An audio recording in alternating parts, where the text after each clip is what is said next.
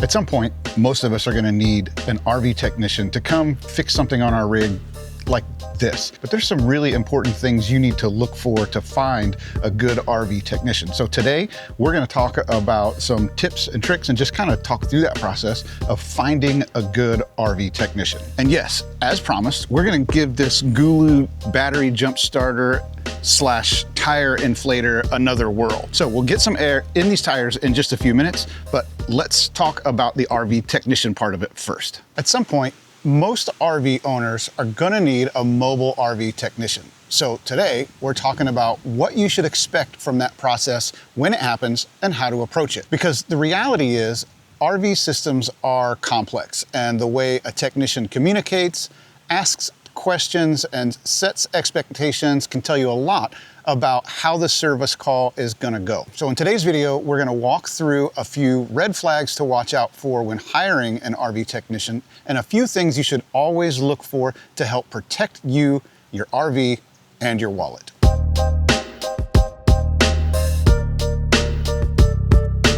First, and this is a big one, if a technician doesn't ask you any questions before agreeing to come out, that's a potential problem. A good technician will be asking things like, what exactly is the system or component doing or not doing? What power source are you on? And when was the last time it worked correctly, and has anything changed recently? Diagnosis starts before they ever set foot in your RV. If someone just says, yeah, I can fix that without wanting details, then they're guessing. And guessing gets expensive. And for your part, you should always try to give them as much information as possible during that first phone call. There are a lot of things that an RV technician can do in the background before they ever show up, if you can provide them with as much information as possible. They can pull documentation for whatever's broken. They can formulate a plan for troubleshooting. Providing as much information as possible can help them save time on the job, which means you save money.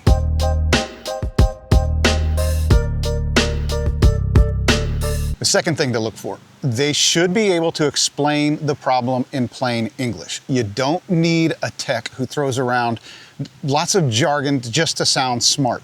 You want someone who can tell you what the root problem is, why it happened, what the fix actually does, and as the owner, how you can avoid the same problem in the future. Believe it or not, far too many issues people have with their RVs are simply a result of the owner not knowing how to actually operate it. For example, if you have a Schwintek slide-out system on your rig, assuming it was installed properly, of course, most issues you face are really just a matter of operating those slides correctly. A good RV technician will walk you through that process so you can avoid repeat issues. And since we're on the topic of Schwintek slide-outs, we recently did an entire video on these things: inspections, maintenance, operation, and troubleshooting. It's basically all the juicy details you need to keep your Schwintek slide-outs running smoothly. But the key takeaway for this talking point is, if you walk away more confused than when you started, that's a red flag. Anytime a technician works on your rig, you should probably learn something. Educating RVs should be a top priority for any good RV technician.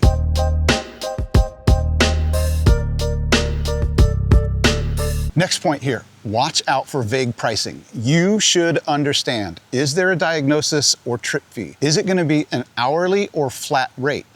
What's included and what's not? Not all technicians will have the same pricing structure, but they should have one. And they should be able to clearly communicate that to you on that very first phone call. Most technicians will have a service call fee, an hourly rate, and a mileage rate for jobs that are outside of their service area.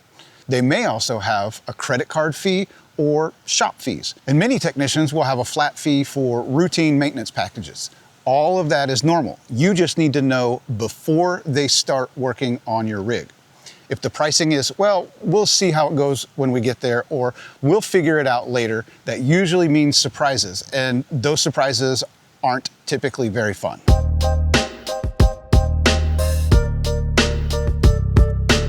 All right, the fourth thing here is to be cautious if the technician immediately blames the manufacturer or bad RV design. Sometimes that is the issue, but it shouldn't be the default answer. And more often than not, even poorly designed systems can be reliable if you know how to operate them in light of those design flaws. A good technician diagnoses first and then explains, here's the limitation of the design, and here's how we can deal with it safely.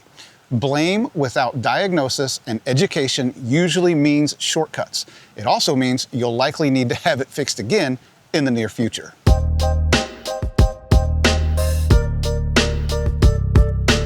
right, our fifth tip here, and this one matters more than most people think. They should leave you with something when they're done. Notes, photos, an explanation. Make sure you get an invoice that documents everything they did. It should tell you exactly what troubleshooting steps they took at a high level, what the problem was, what they did to fix it, and what new parts were installed. And it should clearly show all of the fees they're charging, meaning parts, labor, service call, shop fees, etc. And in addition to the invoice, they should be able to explain all of it in plain English. If they start throwing around fancy words or if they're trying to dodge your questions, you need to keep asking more questions until you're comfortable that both you and that technician understands what the problem was and that it's actually fixed.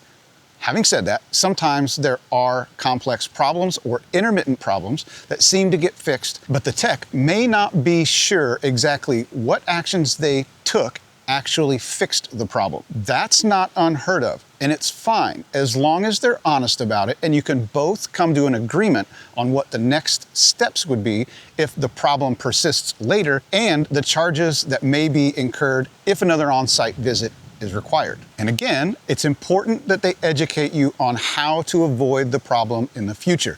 If all you get is, hey, you're good to go, with no explanation of what was done, then that's not great service.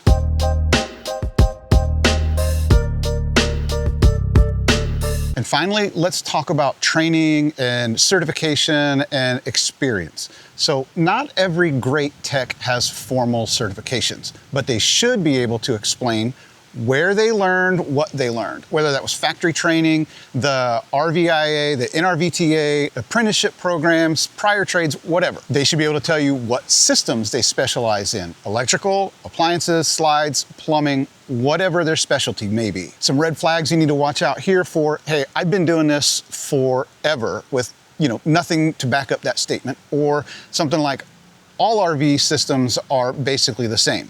Now, I'll be the first to admit that just because a technician has a certification, it doesn't mean they're experts or even knowledgeable on the systems or components that they're working on. I can also tell you that the school that I attended to become a certified RV technician was very limited in scope, especially considering how many systems and components there are in all the different RVs out there.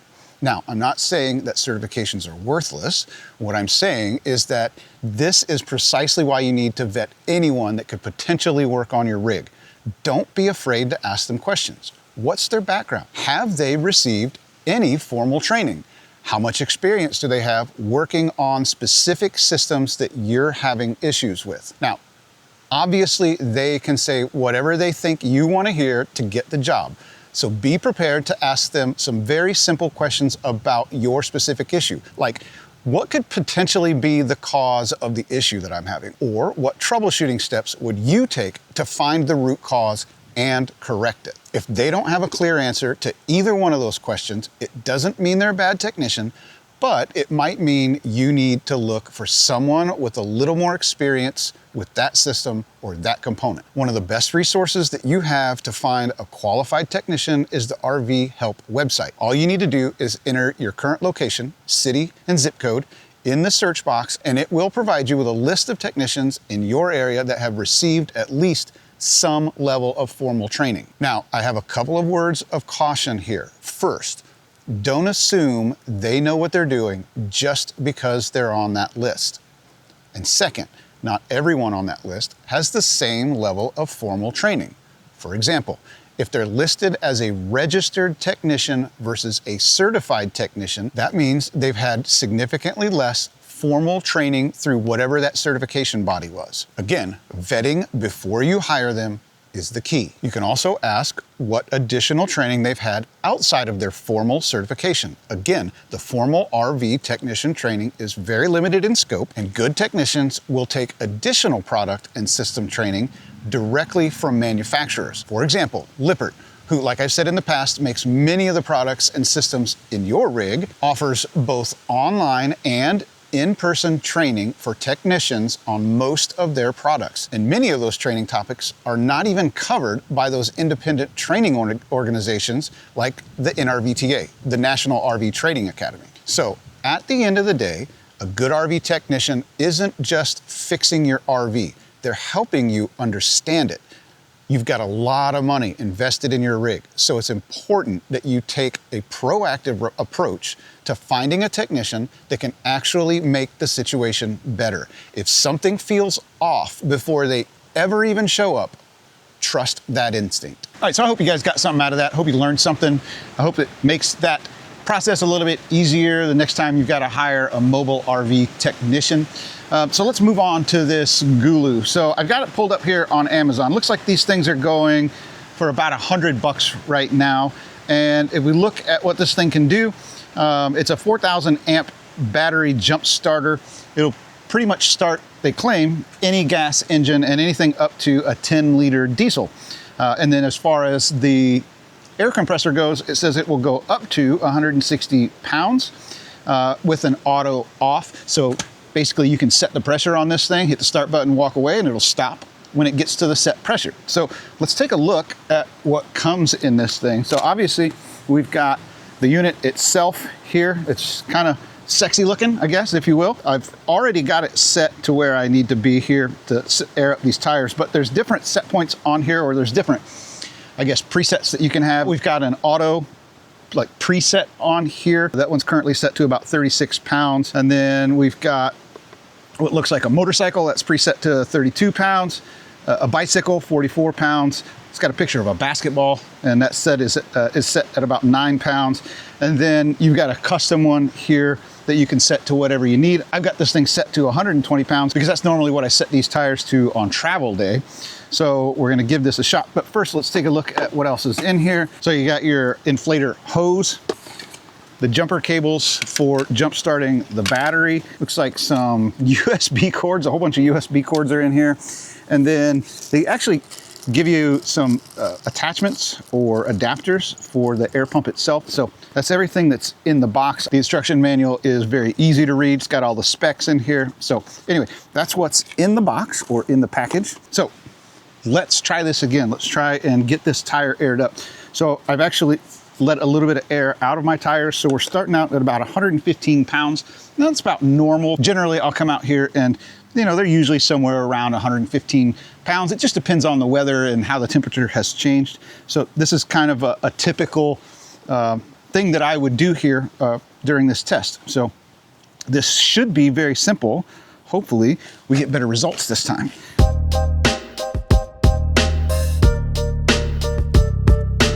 There we go. So again, it's hard to see the screen out here. It's even hard for me to see the screen in this light, but I'm gonna cycle down to that preset of 120. And then all we should have to do here is just hit the start button. There we go. It indicates we've got 115 pounds and we're gonna go up to 120. So I'm gonna hit the start button. Hey, there we go.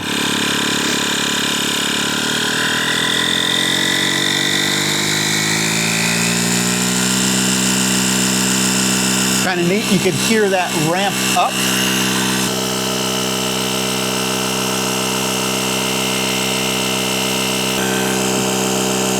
Just hit about 119 pounds, so this thing should shut off here in just a minute.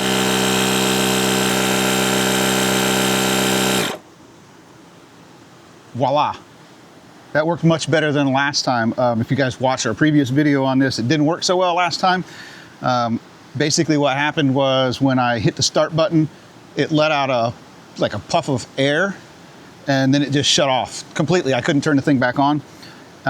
This time obviously worked much better. I'm really happy that it worked, because the reality of this is, if you've been watching us for a while, you know that I use our Viair air compressor, and that thing just hooks right up to a 12-volt battery or some 12-volt source. And that has worked really good for us. But let's be honest, this thing is way more compact and it's way easier to get out and use. And not only that, but it has that automatic shut off on it. So, I can press the button, walk away, do something else, come back whenever I'm ready and move on to the next tire. So I really, really like that this thing worked this time, because this could potentially become one of my new favorite tools in my toolbox here. And just as a side note, GOOLOO did send us several months ago, they sent us a different battery jump starter. Now, it didn't have the air compressor on it, but that thing sat in the truck for a really long time and I never used it. Well, within about, I think the last 6 weeks, I've used it a couple of times, and one of them was on a big Ram truck, and it worked really well. It didn't have any issues starting that big Ram truck up.